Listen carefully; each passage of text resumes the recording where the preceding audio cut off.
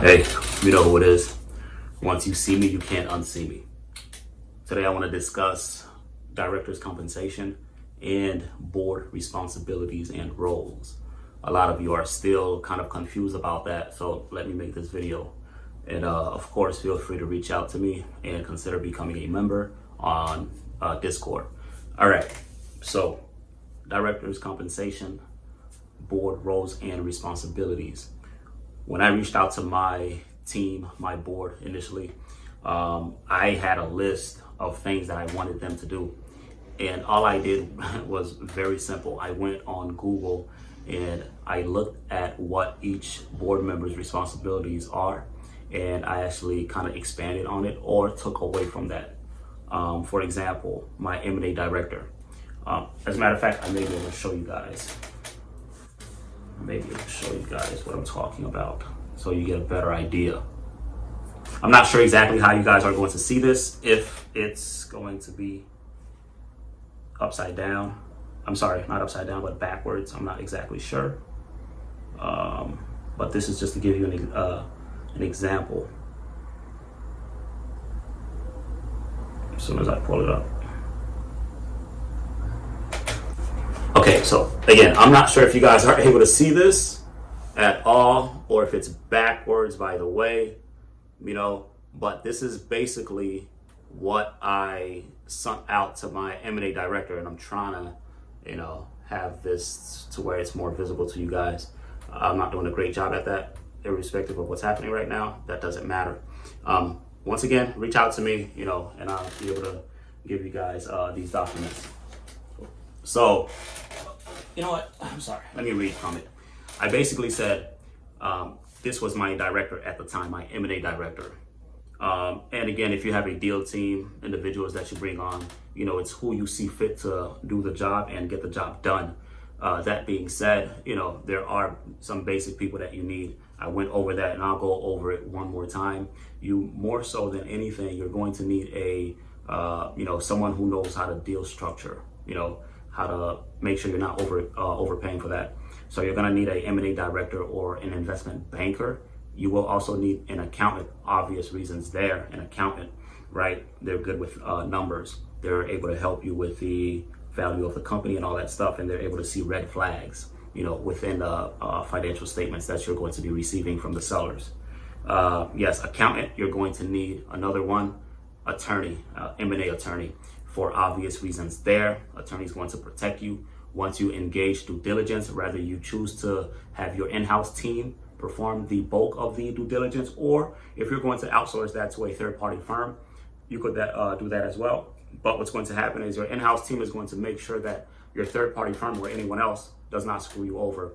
And they're going to be looking over the documentation that you receive from the seller. Once you start to get into that due diligence phase, there are certain documents that you will receive from the seller that you absolutely need, and it depends on the business. Sometimes it could be a lot of documents. Sometimes it could not be, so much.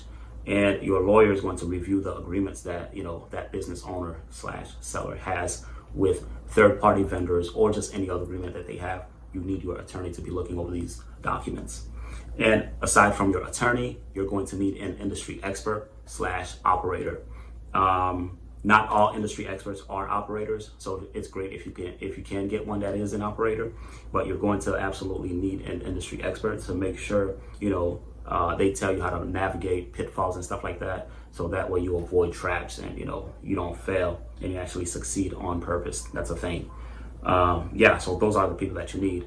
Now, my M&A director, this is what I said to him at the time. This was last year, September 17th.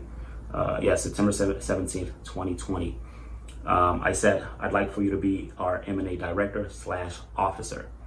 Responsibilities included but not limited to full range of responsibilities to M&A at director level. Autonomy to lead and run a deal from beginning to end. Developing existing relationships and building new ones.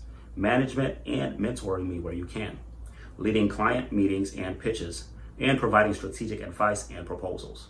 Making sure running projects are managed appropriately with tasks delegated and reviewed where necessary. Compensation. will be quarterly cash/equity from subsidiaries to be determined, and I need to know your fees. Minor equity stake in parent company, 1 to 2% with room for growth. Incentive, 5 to 15K bonus per acquisition, subject to change. And I ask, what are your initial takeaways? We can discuss in length via phone call. So, and yeah, at the time I also attached a copy of the LOI we had at the time. It was not sent out yet, but I included that just for his, that's what we were doing at the time.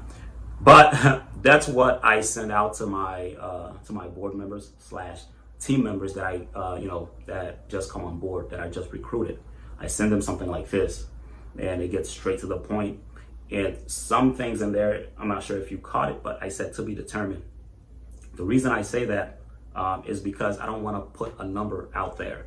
Whenever I'm speaking to sellers or board members or anyone, when it pertains to numbers, I never actually give a solid number, because they tend to hold you to that number, and for some reason they just start thinking about this number, and that's what they hold on to. I don't like to play those games, so I always say, this is the part where I say quarterly cash/equity from subsidiaries to be determined. Okay, minor equity stake in the parent company. Like I said, I don't give out a lot of equity, but I do give the option for that depending on the individual's performance.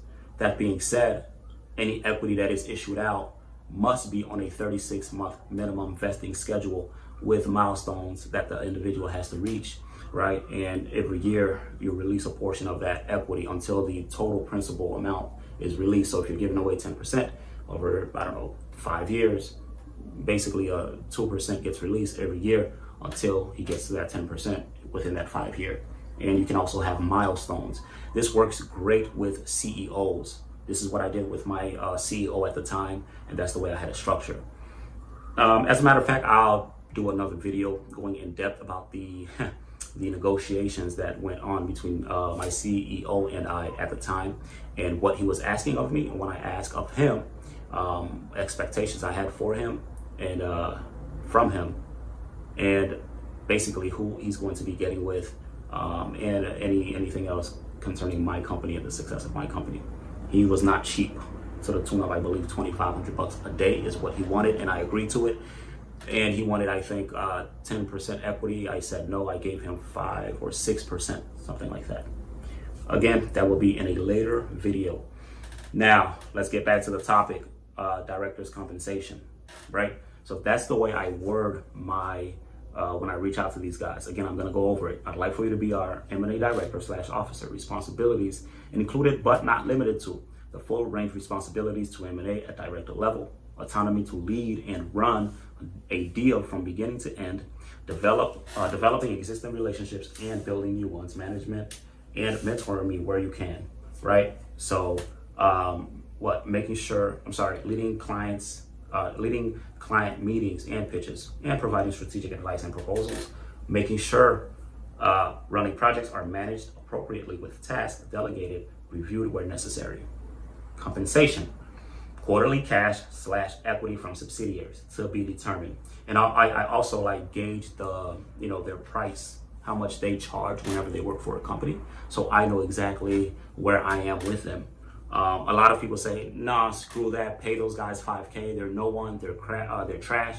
I don't agree with that, and I don't subscribe to that rhetoric, because you have to understand that you're building something from scratch. You have zero experience or very limited experience.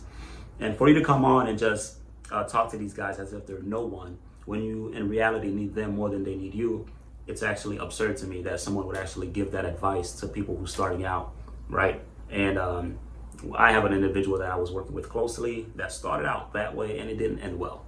So it just doesn't make sense for you to take that approach with some individuals when you have zero experience, right? But I ask, hey, what's your, what are your fees that you charge, for something like this? And from there, I would gauge what the, pay them. Minor equity stake in the parent company, 1%, 1 to 2% with room for growth. The reason I put room for growth is because that individual may outperform the expectations that you had for that individual. So, there's always room for growth. And, that's only fair. Incentive, 5 to 15K bonus per acquisition. That is something that is absolutely doable, but I also put subject to change. And finally, what are your initial takeaways? We can discuss in length via phone call. Like I said, and if it's an accountant, I just worded the same. I just worded that differently. Instead of being our M&A director, I would simply say I'd like for you to be our in-house accountant. Which later they can transfer to a controller role, but that's a later discussion I have with them. With respect to equity, right?